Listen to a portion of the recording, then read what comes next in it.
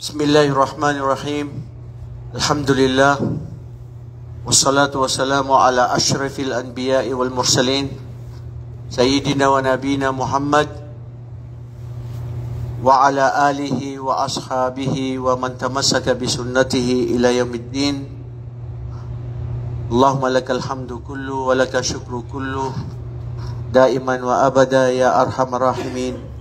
Allahumma ighfir lana wa tub alaina wa liwalidina wa lisairil muslimina fi kulli makan. Bro, kung pwede dito tayo para para lalo makuha natin yung gantimpala mula sa Allah subhanahu wa ta'ala. Lalong-lalo na kung ito ay pagpupulong sa kaalaman. Alhamdulillah mga kapatid sa Islam, tayo ay tunay at lubusang lagi ang nagpapasalamat sa Allah subhanahu wa ta'ala sa walang mga bilang na mga biyaya na kanyang ipinagkakaloob sa atin. Tinatamasa ng bawat isa sa atin. Alhamdulillah, binigyan tayo ng Allah subhanahu wa ta'ala ng pagkakataon na tayo ngayon ay maparito sa pagtitipo ng pananaliksik ng kaalaman sa ating relihiyong Islam na siyang tunay na pwede nating maituring na yaman natin. Ang totoong yaman ng tao ay ang kaalaman. Kaalaman na siyang hindi kanya iiwan. Pati sa libingan mo, lalong-lalo na ito ay magbibigay sa iyo ng kaligtasan sa araw ng paghukom. Kaalaman na ito yung ipinag-iwanan, pinagsikapan ng mga propeta ng Allah subhanahu wa ta'ala. Mga kapatid, hilingin din natin sa Allah subhanahu wa ta'ala na ang ating mga kababayan, ang ating mga kamag-anak, kaibigan, pamilya sa Pilipinas ngayon na pangkasalukuyang sila ay nakakaranas ng mga pangamba, takot sa dumating na ang bagyong ito na di mapigilan ang pagragasan ng mga tubig, hangin, na natatakot at nangangamba ang ating mga mahal sa buhay. Lahat ito ay mula sa Allah subhanahu wa ta'ala bilang pagsubok, bilang tanda rin na pwedeng sabihin na ito ay biyaya ng Allah at parusa ng Allah subhanahu wa ta'ala. Sa ating mga Muslim, tayo ay naniniwala na ang lahat ng anumang mga parusa sa atin ito ay tinuturing ding ito na biyaya ng Allah subhanahu wa ta'ala para tayo ay balik sa Kanya, nakakapagtauba sa Kanya.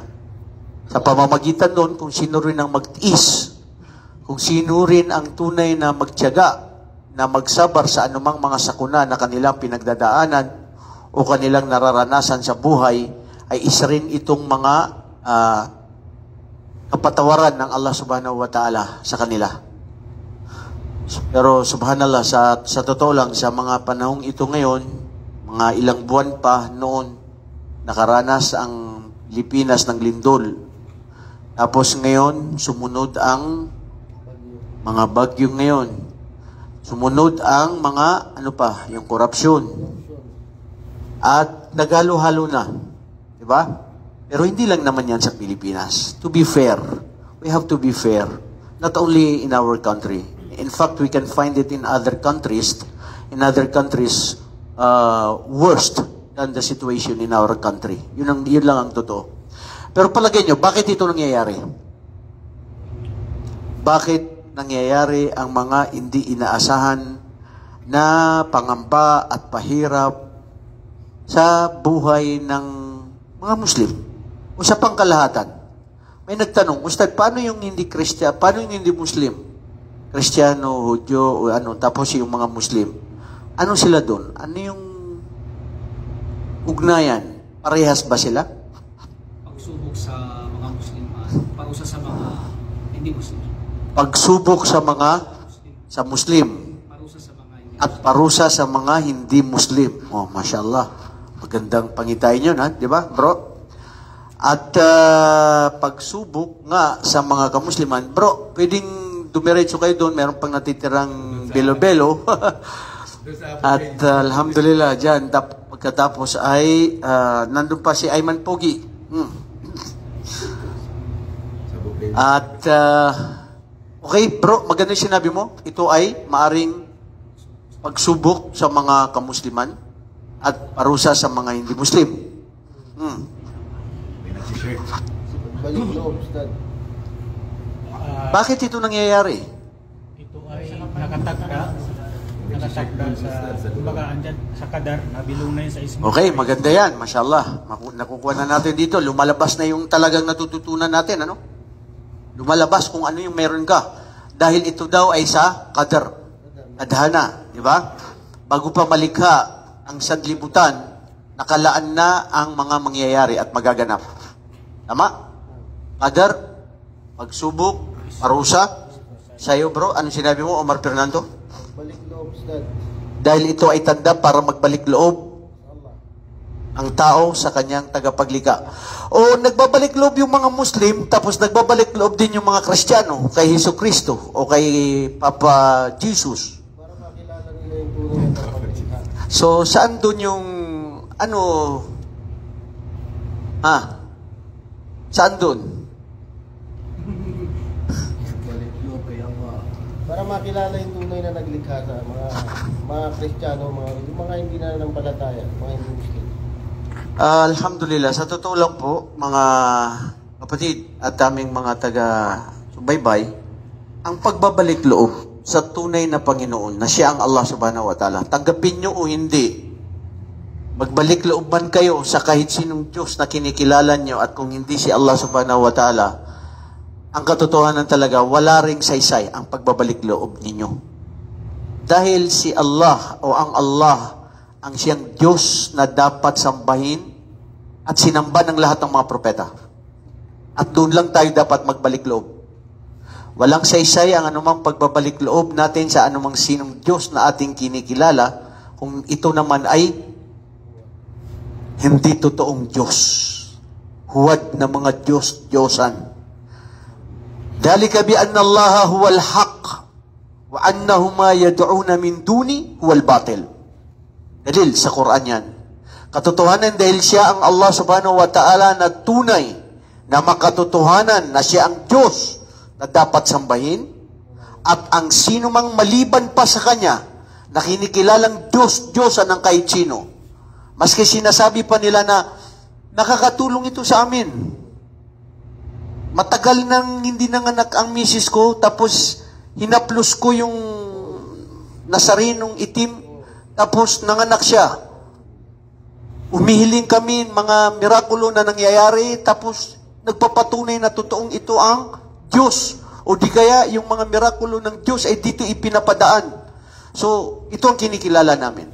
Bilang ikaw na dating Kristiyano noon, na ngayon ay Muslim, anong masasabi mo doon? Kasi kung tutuhanin mo rin na hindi mo alam talagang Islam at kung hindi ka Muslim o Kristiyano ka o anong pananampalataya mo, pag nakita mo yun, narinig mo yun, nagsisiiyakan, nagsusumamo na totoo nang nangyari ang mga kanilang panalangin, so sasabihin mo rin, totoo ito. Ha? So ano ang masasabi mo bilang isang Kristiyano noon na ngayon ay isang ganap ng Muslim? Totoo ba yun, bro? Ha? Totoo yun, Ustad. Totoo yun. Omar Fernando. Bilang Kristiyano noon, Ustad, ganun talaga yung nangyayari. Na sinasamba nila, na dating ako rin, sinasamba ko yung nakaano sa simbahan. Oh, nanto ka sa simbahan. Tapos, umihiling ka. Natotoo rin. Na umihiling ka, natutupad. Hindi, Ustad, ngayon nung ako'y nag-Muslim, nung ko nalaman yung katotohanan. Na anong katotohanan? Na Natutupad talaga. na hindi dapat sumamba sa iba maliban sa Allah. Okay, pero ang tanong doon, ano ang masasabi mo doon sa tao na sinasabi niyang natatanggap? Kaya nananatili kami dito. Dahil totoo. Hindi kasi kulang sila sa kaalaman, Ustad. Dapat gamitin nila yung kanilang ang Allah subhanahu wa ta'ala, binigyan tayo ng matinong pag-iisip para gamitin upang... Okay, nandiyan tayo. Binigyan tayo ng tamang pag-iisip. na dapat kilalanin ng tunay na nag-isang Diyos. Pero ang tanong, paano mo pabubuluhanan o patotohanan na ang sinasabi niyang ito ay tama, na matama mo siya sa kung ano yung dapat? Kasi sabi niya tama. Oo. Tapos ngayon, paano mo masasabi na mali yan? O di kaya, susuportahan mo pa?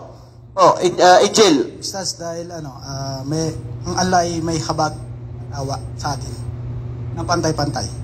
Muslim ka man or hindi ka Muslim.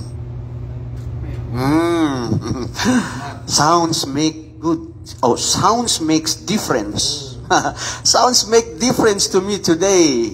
You know why? Because kasi ang Allah daw may habag na pare-parehas ang habag niya sa Muslim at Kristiyano o hindi mananampalataya sa Allah.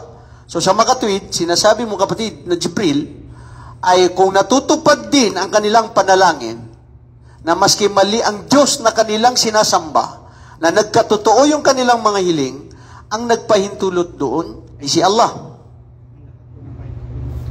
Ha? Na? Sagot! Oy, mga sambayanan ng mga kamusliman, lalong-lalo na kayo na mga bagong pasok sa Islam, maraming nanonood sa inyo rito. Bro, huwag kayo magpaligaw. Bro, maraming maliligaw. Kayo, mananagot niya, tsaro ng paghukom. Di ba?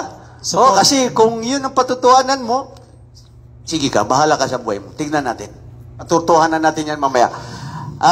Sino ba yung sasagot kanina? Support doon sa sinabi ni Support by Angel Okmer. ni Brother Jibril. Kung paanong ang araw ay pinapasikat ng Allah Subhanahu wa Ta'ala sa lahat ng kanyang mga nilikha, ganun din pinapapatak niya ang ulan sa lahat sa atin.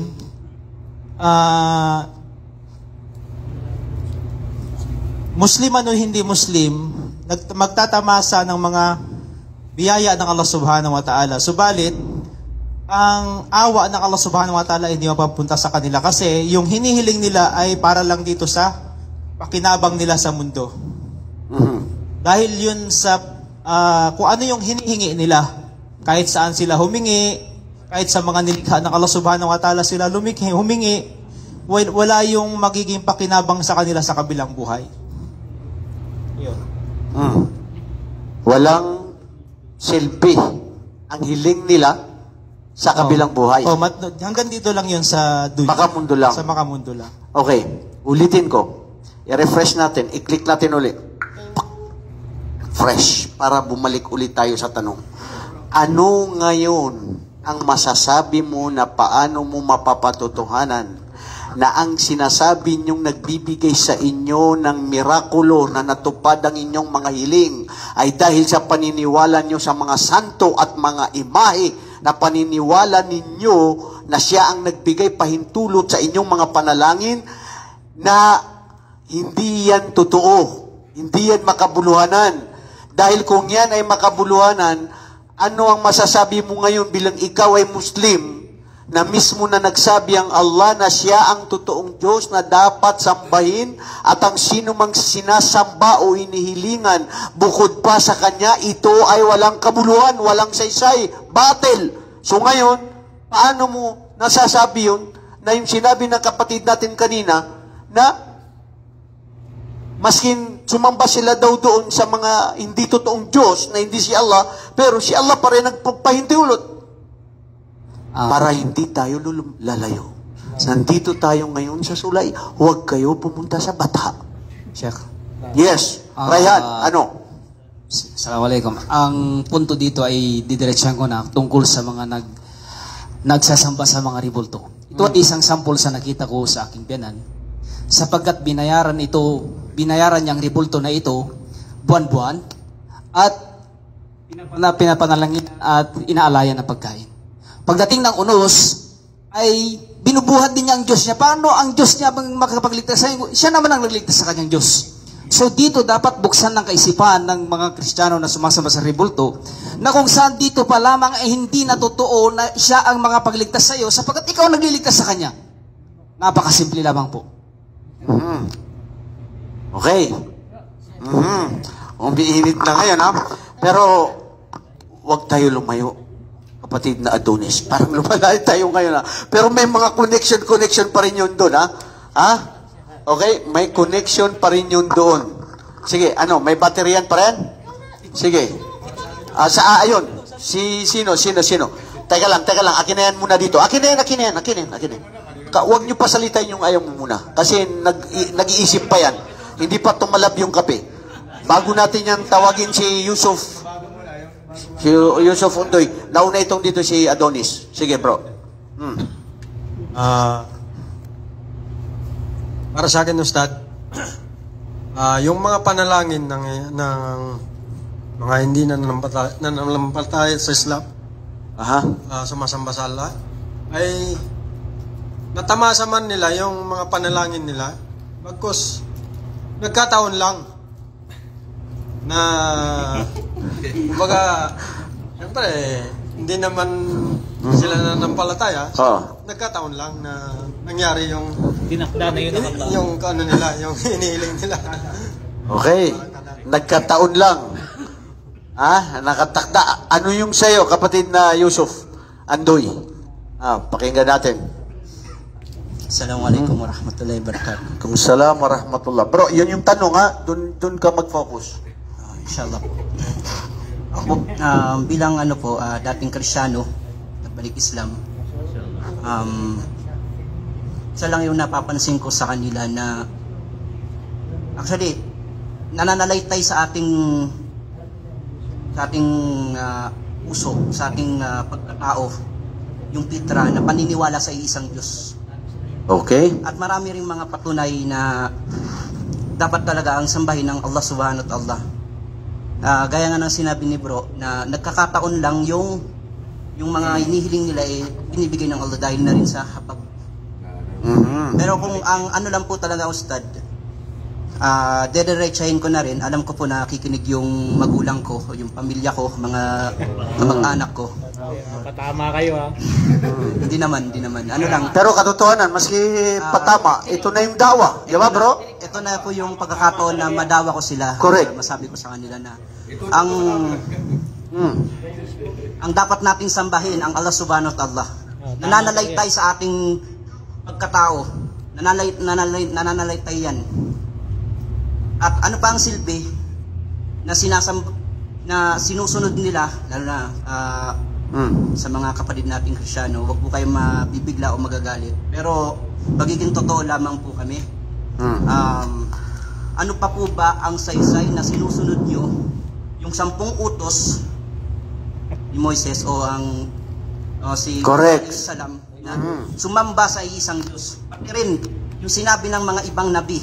Correct. Gaya ni Isa alayhi salam na sumunod at sumamba sa nag-iisang Diyos. Tapos, hindi rin pala nila sinusunod. Opo. Di ba? O, tama. Unang 10 utos ng Diyos. Anong unang utos ng Diyos? Sumamba sa nag-iisang Diyos. At pangalawa, huwag kang Gagawa ng mga Hindi. Huwag kang gumawa at Diyos-Diyosan na para sambahin. Ibig sabihin, ang una, tauhid. Opo. Bro, kapatid na Ayman, Laksamana, bigyan ito ng ginatang bilo-bilo. Dali. Kasi ikaw lang nandyan, pero bigyan mo siya. Bismillah. Good, very good, bro. Balik tayo sa ano. Tapos na yung ano nga. Nakuha na natin, gets natin. So, yung sagot ni kapatid na Yusuf at saka si Abdurrauf, magkaugnay na may punto at tama. Ganito yun, bro. Dito, wag mo iharap doon. Dito lang. Yan. O sige, magsalita ka na. Abdullah Aquino, ano yung sa'yo? Ustad, sa akin, nung nagbalik Islam ako, naunawaan ko siya na ada siya. Maganda ito kasi yung mga experience mo di ba? Experience natin. Unang-una, ada siya ng alak. Ikalawa, pasalamat ako na binuksan na aking puso. Kasi kung hindi binuksan, baka napasama ako sa kanila. Na pinadali sa kanila na maligaw. Mas pinadali sa kanila na maligaw dahil sa paniniwala nila. Naakala nila na yung mga Diyos-Diyosa na yun ang nagbibigay ng biyaya kung hindi ang Allah. Correct. Very good. O ngayon, na-refresh na ngayon ito. Sige, ano? Algie. Ito, na-refresh niya. Mamaya, ikaw bro, maganda to sharing ideas experience mapapatunayan natin na hindi makabuluhan at mali ang sino mang naniniwala na ang nagbigay sa amin ng direksyon o natupad ang aming hiling ay dahil dito sa mga sinasamba namin. Assalamualaikum. Ang tanong ni Ustads ay paano natin maipaano sa kanila na mali yung kanilang ginagawa na naghumihiling sila doon sa rebulto para bigyan sila ng panalangin. Ang gawin natin ng mga Muslim, para sa akin, ang gagawin nating mga Muslim, magdadakwa tayo sa tauhid ng Allah Subhanahu wa Ta'ala, ipakilala natin ang kaisahan ng Allah sa pagsamba at kaisahan sa panampalataya at saka sa kanyang mga asmaul sifat. Okay. Ang ganda ng tanong niya na yun ang gusto niyang bigyan ng sagot at sumagot siya na parang bagang hindi ko alam. Ano ba yung nandun? May connection yun doon sa siyang sambahin na tunay. Sasagutin natin yung mga tao na nagsasabi na natupad ang aming panalangin dahil dito sa santong ito, dito sa ribultong ito at mga himahin na ito. Kaya naniniwala kami na sila ang Diyos o siya ang Diyos dahil nagpatunay sa aming mga hiling. Na ikaw ngayon na Muslim na nagsasabi, mali yan. Bakit? Dahil ang tunay na Diyos ang Allah. At ang sino mang sambahin bukod pa sa Allah, walang kabuluhan, lahat mali at hindi makatotohanan. So ngayon, paano mo yun iugnay na sasabihin niyang Diyos namin ito dahil nagbigay sa amin ng katotohanan? At nagpatunay ng aming mga hiling.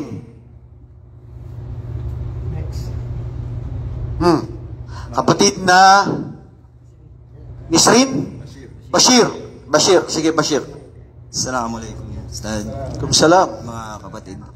Ustad, medyo may naisip lang ako pero narinig ko na rin to dati. Hindi lang ako sigurado kung ano po. Para sa akin siguro, wag muna natin sila idiretso sa kung ano yung mali sa kanila. Bigyan natin sila ng pagkakahalimbawa.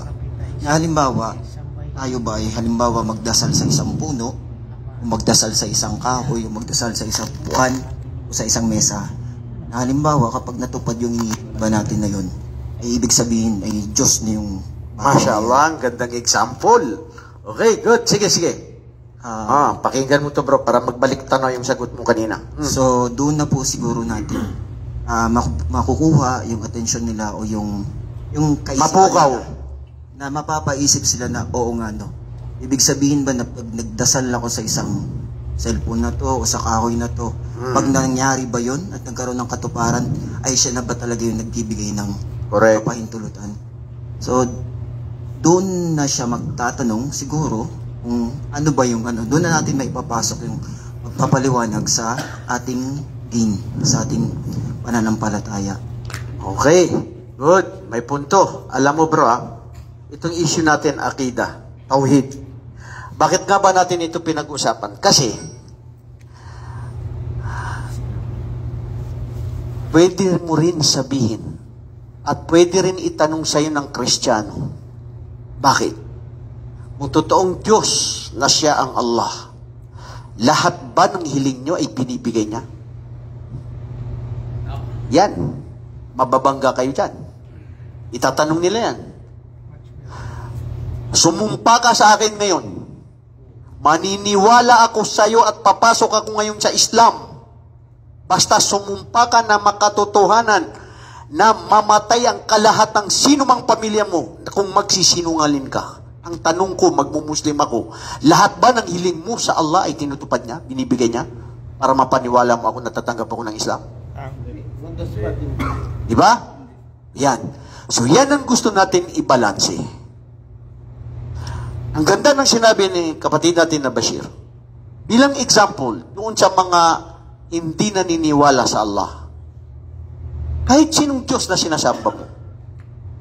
Sinong Diyos na pinapaniwalaan mo na nagbigay sa'yo ng mga hiling mo. I-divert natin halimbawa sa isang bagay. Puno, bundok, o anuman. Humiling ka, natupad. Ibig sabihin, yun ang paniniwalaan mo na isang puno? Dahil natupad? O di kaya, aalis ka na doon sa mga imahe o Diyos o si Jesus Kristo na pinapaniwalaan mo? Di ba? The same thing, sa Islam, paano natin ito sasagutin sa kanila? Na ang hiling natin at ang katotohanan na Diyos na dapat sambahin, ang siya ang Allah subhanahu wa ta'ala. Doon sa dalil na sinabi natin kanina. Ang sagot ng dalawang kapatid natin na si Abdur Rauf at saka si Yusuf, malapit ito sa kasagutan. At itong sasabihin natin sa lahat ng mga nakikinig. Maniwala tayo at hindi. Nakaugat dito sa pagkalikha ng Allah sa bawat isa sa atin na may Diyos na pinapaniwala na nag-isa. Nagiging Kristiyano, Udyo, o magpagtambal ang isang tao dahil kung sinong magulang saan siya nanggaling at saan siya lumaki.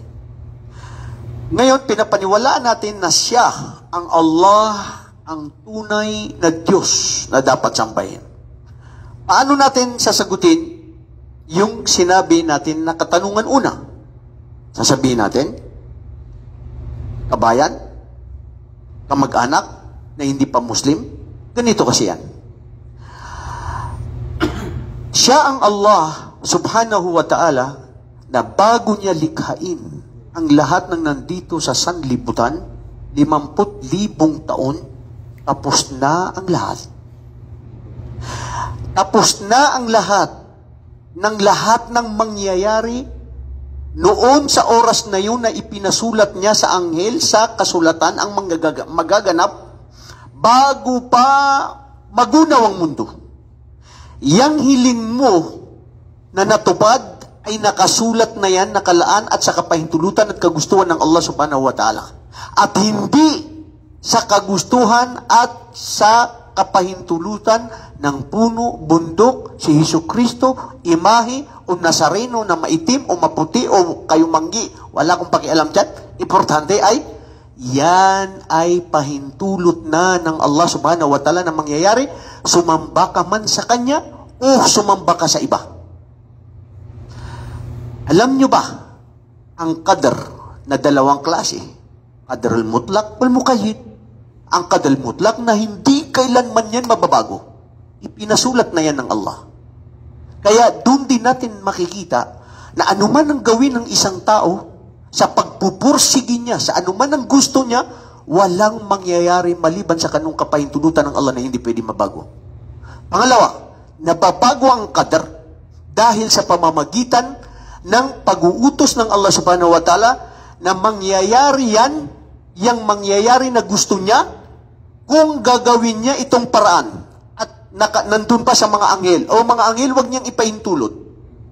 Ipapahintulot yan at mangyayari sa pamamagitan kung gagawin niya, kung ihilingin niya, kung mayroon siyang gagawin na mga aksyon. Sabab, yun ang mangyayari. Pag hindi yan mangyayari. Doon nangyayari yung pangalawang uri ng qadr. Ngayon, paano mo mapapatunayan na totoo ang Diyos ninyo ng Allah subhanahu wa ta'ala na mayroon din pala kayong mga hiling na hindi natutupad? So, hindi siya makatotohanan na Diyos kasi hindi naman pala ibinibigay sa inyo. Buti pa kami naniniwala dito sa punong kahoy tapos umili kami na ibigay. Oh, anong sagot? Hindi lang tayo. Doon pa rin tayo, bro. Bigyan ito sa pagkakataon itong si galing sa Umrah. Fresh na fresh pa yan sa Umrah, mashallah. Darul Bayda. Ustad, kasi minsan hindi ito nakakabuti para sa atin. Hindi ito binigay ng Allah. Sabihin ng Kristiyano, so ibig sabihin pala, hindi totoo ang Diyos nyo. Kasi hindi ba kakabuti sa akin? Hindi kasi lahat, sasabihin niya, paniniwala niyo yan, pero iba rin ang paniniwala namin. Hindi kasi lahat binibigay, Ustad, sa tao. Halimbawa, kung mayaman ako, kung mayaman yung iba, hindi ako, at ako'y mahirap, ay pagsubok sa kanya yun. Ang aking kahirapan ay pagsubok din sa akin yun. Upang makilala ko rin ang tamang Diyos, si Allah subhanahu wa ta'ala. Good. May punto? Hindi lahat ng iniling ay naibibigay ng Allah subhanahu wa ta'ala. Bakit? Anong sagot mo, Omar Fernandez, kanina? Hindi mo ibinibigay yung microphone sa kanya? Anong sinagutan niya? Yung ba yung sagot mo? Ha? Bro, ano sa'yo? Ayan. Yan. Dito bro, yan sa nagkakaroon ng musharakatul ilm. Kung ano yung sa'yo na wala ako, natututunan ko. Kung ano yung meron ako, na wala kayo, natutunan nyo. Sharing idea. Musharakatul ilm min babil ilm wa hakadal uqul. Bro, anong sa'yo? Sa akin naman, bago ko nagbalik Islam, marami rin ako sinasambay. Samba ako sa iglesia, samba ako sa Katoliko, samba ako sa Baptist, samba ako sa... John the Baptist, sa Baptist, Baptismo. UCCP. Ano yung UCCP? United Christ. Christ in the Philippines. United Christ. Church of the Philippines. Yan, yung sa Marawi yan, sa Dansalan Junior College, doon yan. UCCP, United Church Christ of the Philippines. Yung simbahan nila doon, binabato namin nung maliliit kami doon sa ano nila doon. Nasunog pa yun, bro. Sinunog ilang beses na yun nasunog. Kasi sa buong Marawi, isa lang ang chapel na pinagsasamba nila. Kaya yun ang nangyari. Pero aywan ko kung nandun pa yun. Anyway, anong nangyari? Dahil pumasok ka na rin sa UCCP, Baptismo, Iglesia, at Katoliko. Lahat na yun sinasambahan ko.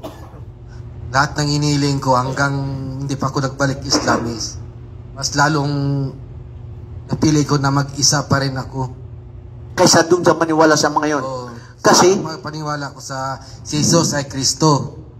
Sa ibang pa naman na mga simbahan, nag-isang Diyos. Tinatanong ko sarili ko, sino kaya ang isang Diyos na sinasamba namin?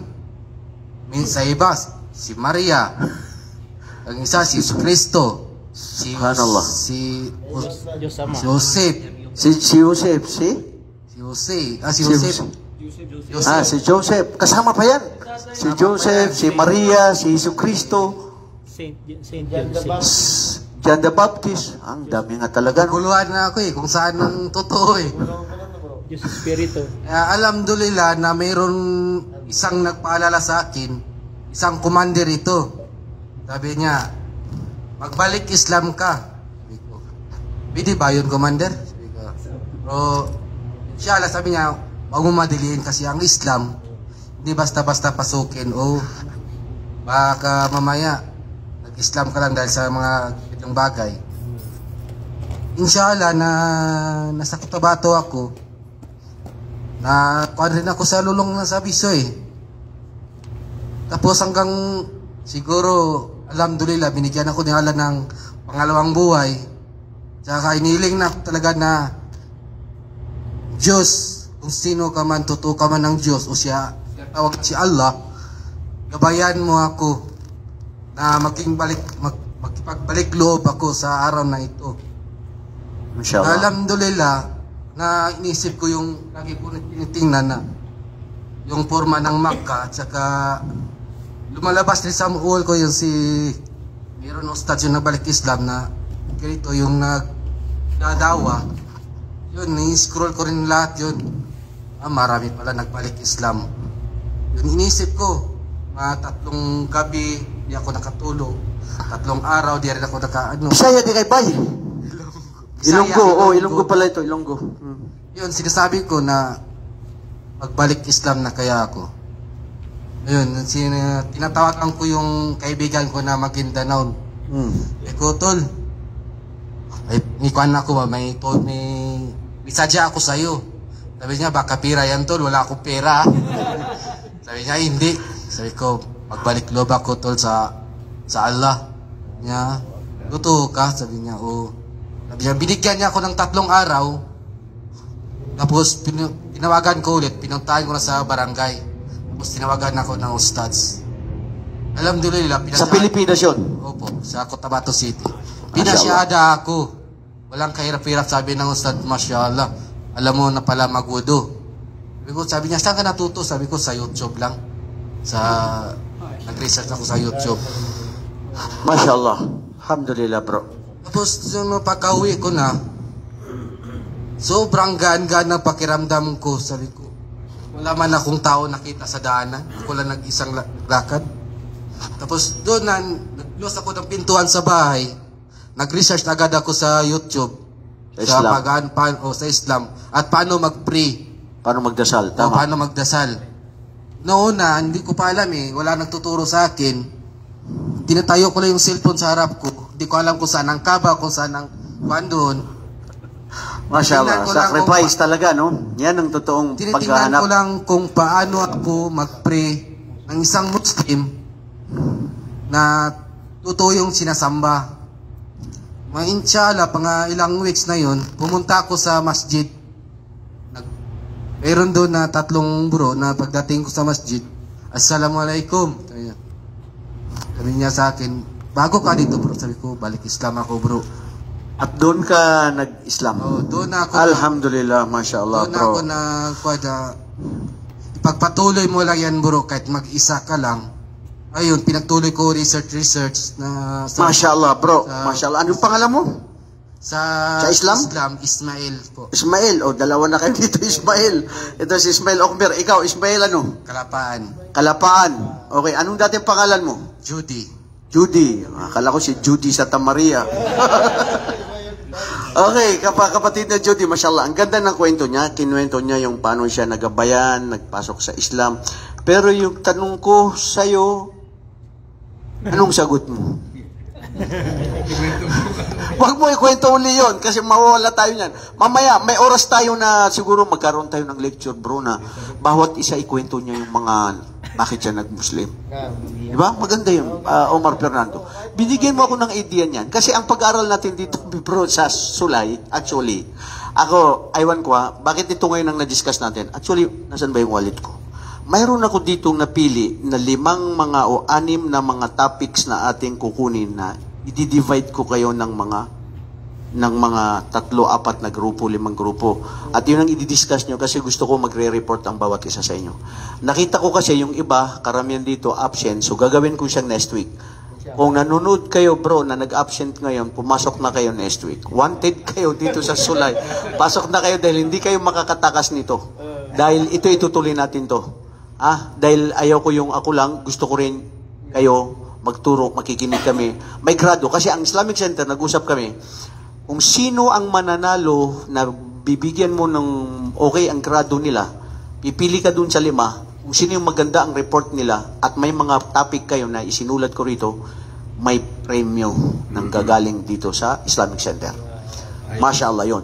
So ngayon, nagbigay ka sa akin ng idea, bro, na pagkatapos nun, may araw tayo na tutuhanin natin na kwentuhan ng bawat isa na 10 minutes climax bakit ka pumasok sa Islam.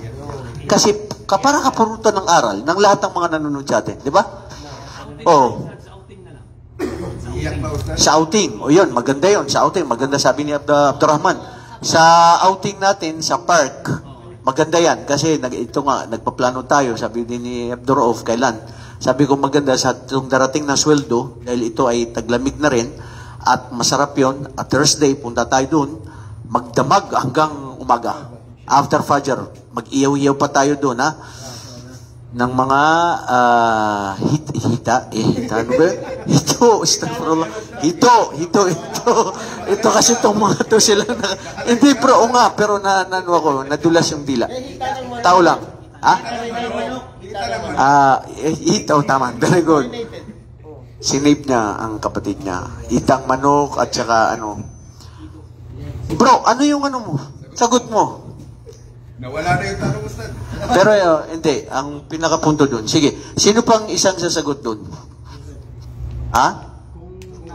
Sige, maganda ito. Babawi si Abdurrauf. Correct yung sagot mo actually, hindi mali. Tama yung sagot mo kanina. Ngayon, bilang kadagdagan uli ngayon dito sa tanong ko, anong sagot mo bro? Mashallah. Isa sa mga dahilan, Chef, kung bakit tayo hindi pinagbibigyan ng Allah sa ating mga kahilingan. Dahil sinusubukan tayo na sa ating katapatan, sa paniniwala sa Kanya. Kasi bakit? Dahil ba na hindi tayo pinagbigyan, na hindi ka na rin maniniwala sa kanya? Allahu Akbar. So, nandun yung Sheikh sa pagsubok. Sa Quran 29:2. Inisip ba ng tao na siya ay pababayaan ng basta-basta? Aha. Na sabihin niya ako ay Naniwala. Oo. at hindi siya susubukan. Susubukan. Ahasiban nasu ay yutraku ay yaqulu amanna wa hum la yuftanun wa laqad fatanna alladhina min qablihim fala ya'lamanna alladhina sadaqu wa la ya'lamanna al-kadhibin fala ya'lamanna Allahu alladhina sadaqu wa la ya'lamanna al-kadhibin. Correct yan, bro, mashallah. Ang napakaganda ng ibinahagi ng ating kapatid na si Abdurrauf. Ibig sabihin, dahil ba ang tao ay hindi na nakuha ang kanyang hiling, ay hindi na maniniwala sa Allah? Sino ang may kawalan? Ang tao. Bro, may kaida sa usulul fiqh, sa kaida ng mga usuliyin. Ang ibig sabihin ng kaida nila, hindi dahil sa ikaw ay sumasamba sa Allah, gumagawa ng mga kabutihan, at ikaw ay may liligtas na sa mga hirap sa buhay. Tamo niyo ang kaida nila? Hindi dahil ikaw ay naniniwala sa Allah, sumasamba sa Kanya, debotong-deboto sa Kanya, at ikaw ay makakaligtas sa mga pahirap at mga bigati at lungkot sa buhay. Bakit? Parang kasing alimbawa, sinasamba mo pala ang Allah, bro, dahil nagaantay ka ng kapalit. Ha? Sige. Ayan, bago na naman itong katanungan. Ikaw, itong dalawa, itaas ang kamay sa una, itaas ang kamay doon sa pangalawa.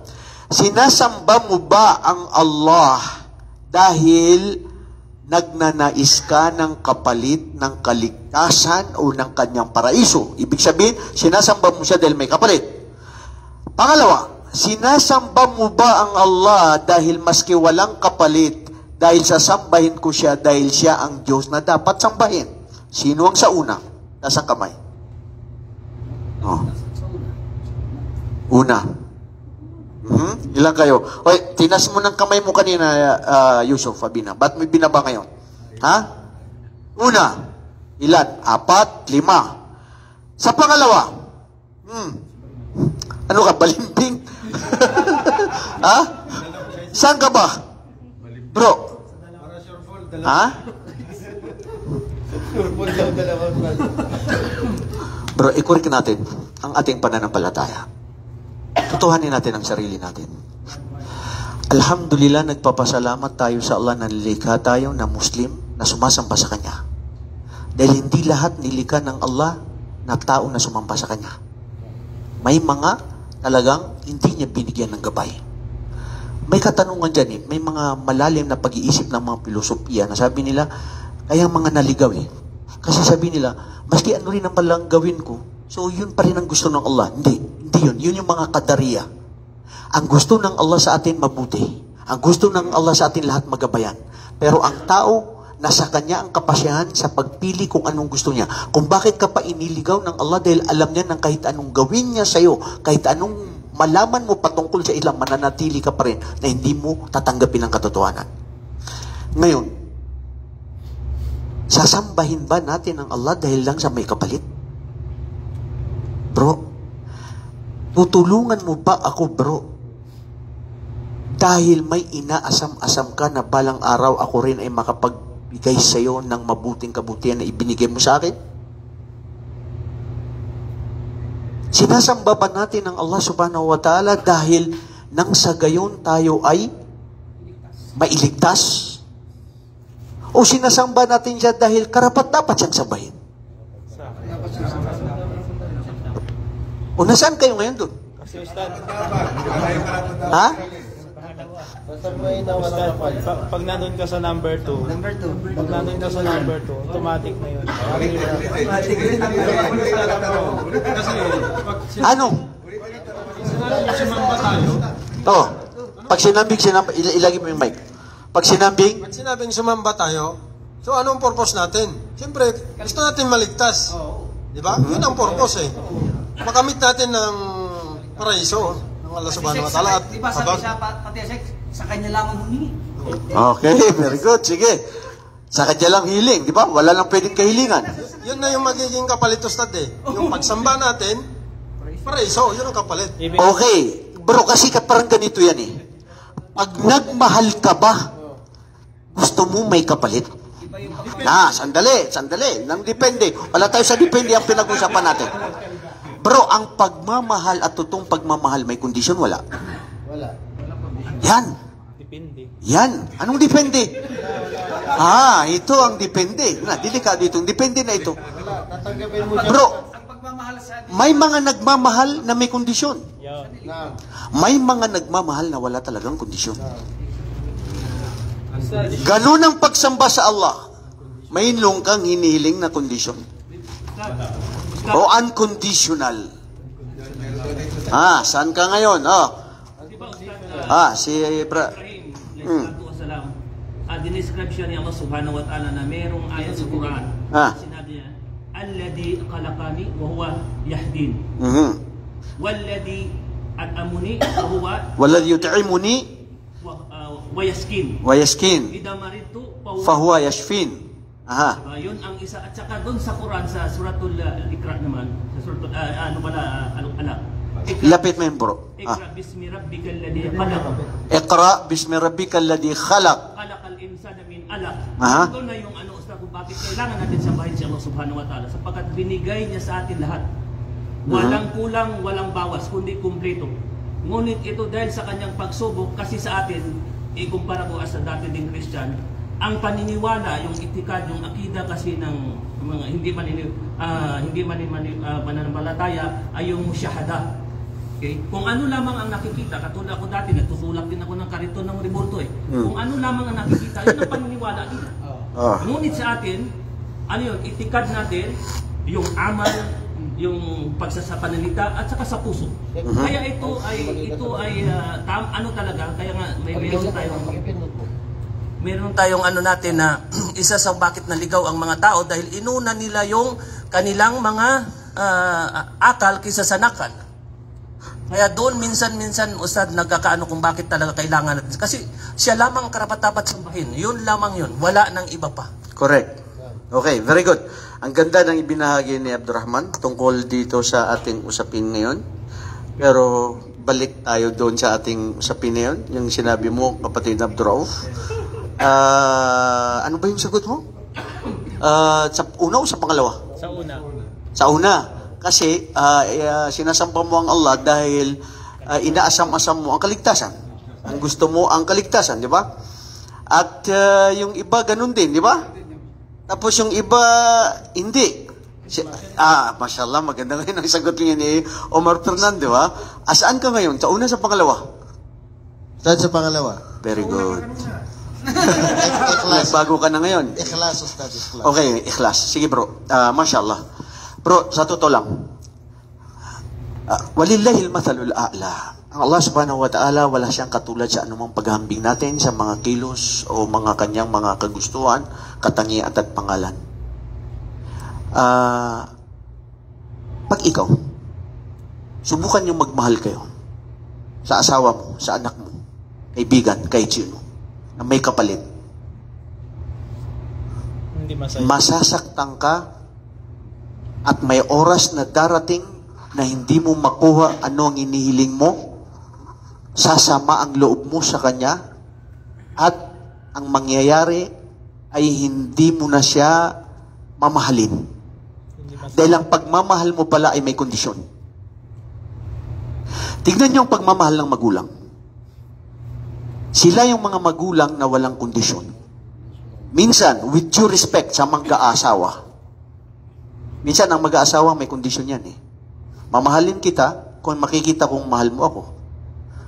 Kung binibigyan mo ako ng pera. Kung lahat ng gusto ko hiniling ko, binibigay mo. Pero kung wala din, limitado din. Nangyayari din yan bro, kahit sino.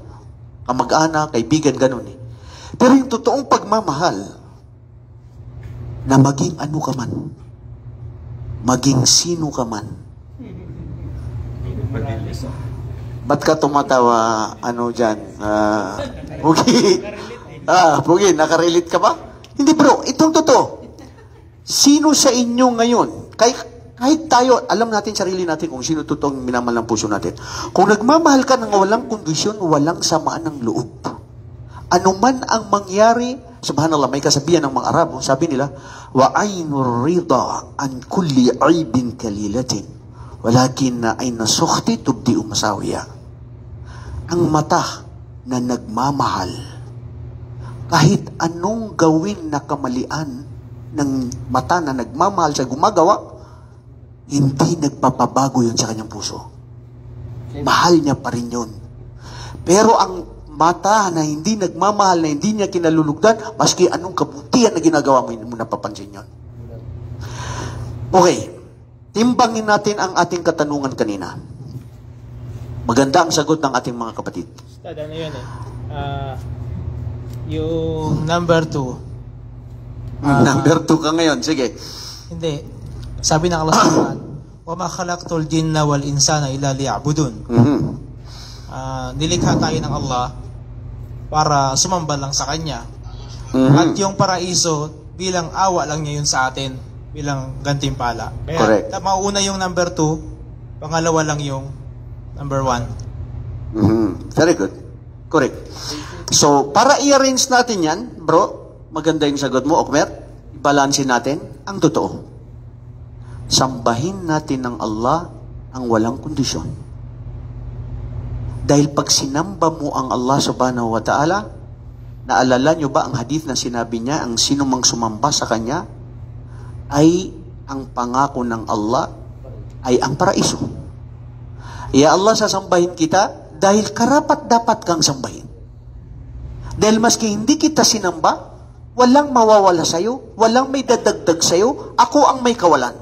Sasambahin kita dahil ikaw ang karapat dapat sambahin at nasa sayo ang kapasyahan kung ibigay mo sa akin o hindi, dahil hindi kita sasambahin ang kondisyon ay ang paraiso, dahil hindi naman ako makakapasok ng paraiso mo dahil sa gawain ko. Hindi ba nabanggit yan sa hadith ni Propeta Muhammad sallallahu alaihi wasallam na papasok siya sa paraiso dahil sa buong buhay niya wala siyang ginawa kundi pagsamba sa Allah, lahat ng kabutihan. Hanggang sabihin, papasok ka sa paraiso? Oo, ipapasok ko sa paraiso ang aking mga mabubuting gawain. Ang pagpigil ko ng mga kasamaan, ang mahal lahat ng mga pag-utos mo, ibinigay ko. Anong sinabi ng Allah sa Kanya? Timbangin ang isa sa Kanyang mga mata. Ang habag at awa ko kung makakatimbang ba itong Kanyang mga pagsamba. Hindi. Kailanman. Hindi kailanman makakatimbang yon. So, papasok ka sa paraiso hindi dahil sa gawain mo. Hindi sa lahat ng anumang paggawa mo ng kabutihan at pagpigil ng kasamaan. Papasok tayo sa paraiso dahil sa habag at awa ng Allah subhanahu wa ta'ala, dahil sa pamamagitan ng paniniwala mo sa Kanya at pagsamba mo sa Kanya na walang kondisyon. Oo, tama. Nandoon tayo sa inaasam natin ang paraiso, inaasam natin ang mabuting pamumuhay, inaasam natin ang lahat na huwag tayo masama sa mga anumang mga kapinsalaan sa buhay, dahil hinihiling natin yun sa Allah, dahil kasama yun. Kasama yun. Bakit kasama yun? Dahil ang Allah subhanahu wa ta'ala, siya lang ang dapat nating hilingan. Al-istighatha, al-iyana, al-istighatha, wal-isti'adha, al-khushu, wal-khawf, wal-mahabba, ito yung mga uri na pagsamba sa Allah subhanahu wa ta'ala. Ang paghiling, ang pagsusumamo, ang pagtitiwala, ang takot, ang pagmamahal, ang pagpapakabuti, pagpapakumbaba, takot, lahat ito pagsamba sa Allah subhanahu wa ta'ala na dapat nating ialay. So, kung titignan natin, hindi doon mawawala sa dalawa, pero tamang sinabi ng kapatid natin na si Okmer, na mauna talaga yung una. Ay yung pangalawa, na walang kondisyon niya Allah. Pagmamahal ko sa'yo, walang kondisyon. Pagmamahal ko sa'yo, bibigay ko ang lahat ng buhay ko dahil nararapat lang, dahil ikaw ang naglikha sa akin. Katulad halimbawa, ikaw sa magulang mo. Inay, itay, mamahalin kita ng higit sa lahat dahil nabuhay ako, dahil ikaw ang naging instrumento sa buhay ko dito sa mundo. At ikaw ang pinakahigit sa akin sa buhay ko, maliban sa Allah at sa kanyang sugo. Sumunod ka bilang aking magulang. At nandiyan sa hadith ni Propeta Muhammad at mismo ang Allah subhanahu wa ta'ala nang pag-uutos niya sa atin ay sambahin siya ng mag-isa. Sumunod ang pakitunguhan ng mabuti ang ating mga magulang. So walang kondisyon ang mga magulang. Bro, sa totoo lang, i-correct natin sarili natin. Ano man ang gawain natin, na lalo na sa pagsamba sa Allah, na pag ginawan mo na may kondisyon o may kapalit kang hinihiling, itsapwera natin yon. Kasi lahat ng gawain na mayroon kang inihiling na may kondisyon na malang araw, tignan niyo mga ibang pananampalataya. Gumawa na ako ng kabutihan. Ikaw na ang sinamba ko.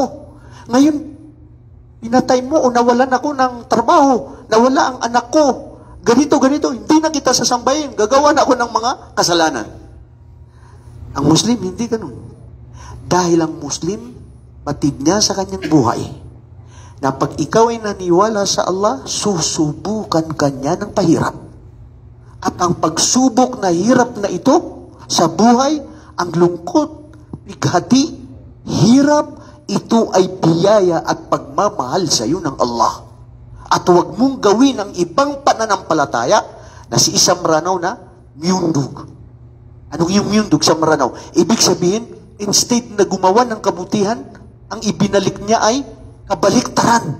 Dahil hindi mo na rin naman ibinigay sa akin ang katotohanan eh. Ya Allah, nagsasamba ako ng gabi-gabi, umiiyak ako sa iyo, ang mga hiling ko, hindi mo sa akin ibinigay.